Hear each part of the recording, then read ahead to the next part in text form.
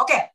Di sini barangkali ada teman-teman sejawat, ada nakes, ada barangkali fasilitator PMBA, pemberian makan bayi dan anak, ada tenaga pelaksana gizi, ya kan?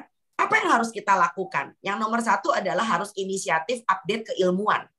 Ya, jadi Anda jangan sampai rujukan Anda itu cuman dari paper-paper orang bule yang isinya tentang susu, isinya tentang oat, isinya tentang keju. Sementara di Indonesia sendiri banyak banget penelitian yang membicarakan tentang pangan lokal dan itu harus diunggah. Ya. Lalu kemudian memahami bedanya antara pangan utuh, tadi yang Dokter Karina sudah singgung, dan bedanya dengan rafinasi atau produk ultra proses. Kalau ditanya apakah dari kecil anakmu sudah diberikan produk ultra proses? Oh iya, kalau anakmu makan semua dari kemasan. Ya kan? Karena apa? Kalau Anda mengatakan bubur rasa bayam, lah bayamnya nggak kelihatan tuh, cuman warnanya tok hijau.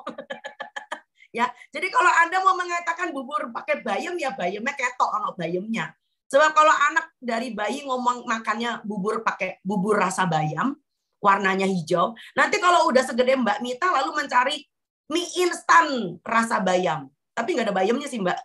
Ya bayamnya udah almarhum sekian tahun yang lalu di pabriknya, ya toh. Jadi kalau makan bayam ya makan bayamnya, bukan rasa bayam, bukan warnanya kayak bayam, ya. Nah, ini juga yang merupakan suatu himbauan dari saya ya. Coba tolong para nakes, saya tidak tahu apakah yang ada di kita punya platform hari ini, ada teman sejawat, ada bidan juga, ada dokter, ada para perawat. Tolong bedakan antara ranah klinik dengan ranah edukasi. Jadi kalau misalnya nih ya, kita mendapatkan pasien ya, yang memang nggak mau, misalnya mau nggak mau mesti dibantu ya, karena memang banyak sekali hal, banyak sekali masalah ya. Lalu kemudian perlu dibantu dengan susu formula. Tapi bukan berarti omongan ini berlaku bagi seluruh ranah publik, betul atau tidak? Yang sebetulnya ibunya masih bisa menyusui, hanya karena ibunya sibuk kerja, ibunya sibuk cari uang, lalu asinya seret. So bukan itu indikasinya. Ya, jadi tolong tidak boleh seorang nakes memperlakukan komunitas itu seperti kayak pasien di dalam ruang praktek. Nah, ini adalah kesalahan fatal di Indonesia. Ya, itu sebabnya kenapa akhirnya banyak orang yang terutama teman-teman sejawat, mohon maaf, teman sejawat itu kalau ngobrol di Zoom, memberikan webinar, itu kadang-kadang kita perlu menahan diri ya. Menahan diri dalam pengertian bahwa apa yang terjadi di kamar praktek saya itu belum tentu berlaku bagi masyarakat secara keseluruhan. Betul ya Mbak Mita ya?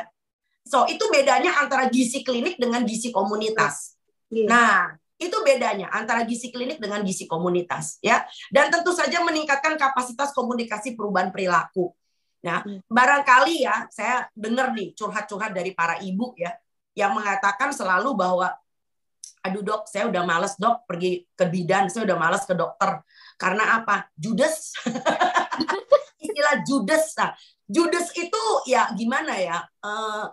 Oke. Saya juga secara pribadi seringkali dikatain judes ya. Saya sering dikatain orang, dokter Tan itu kalau ngomong tangtong.